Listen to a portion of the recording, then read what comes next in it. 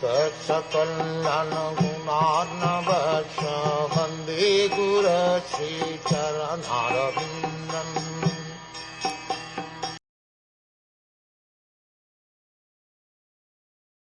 Vidura said, O great sage, everyone in this world engages in fruitive activities to attain happiness, but one finds neither satiation nor the mitigation of distress.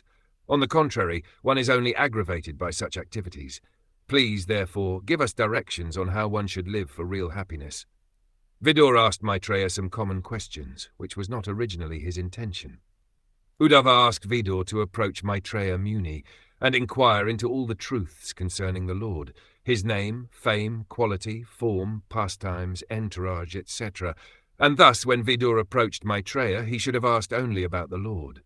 But out of natural humility, he did not immediately ask about the Lord, but inquired into a subject which would be of great importance to the common man.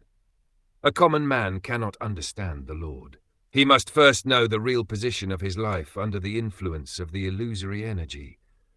In illusion, one thinks that he can be happy only by fruitive activities, but what actually happens is that one becomes more and more entangled in the network of action and reaction and does not find any solution to the problem of life.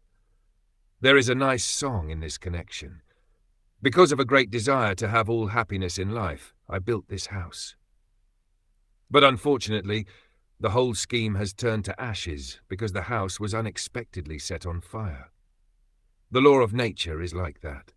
Everyone tries to become happy by planning in the material world, but the law of nature is so cruel that it sets fire to one's schemes. The fruitive worker is not happy in his schemes, nor is there any satiation of his continuous hankering for happiness.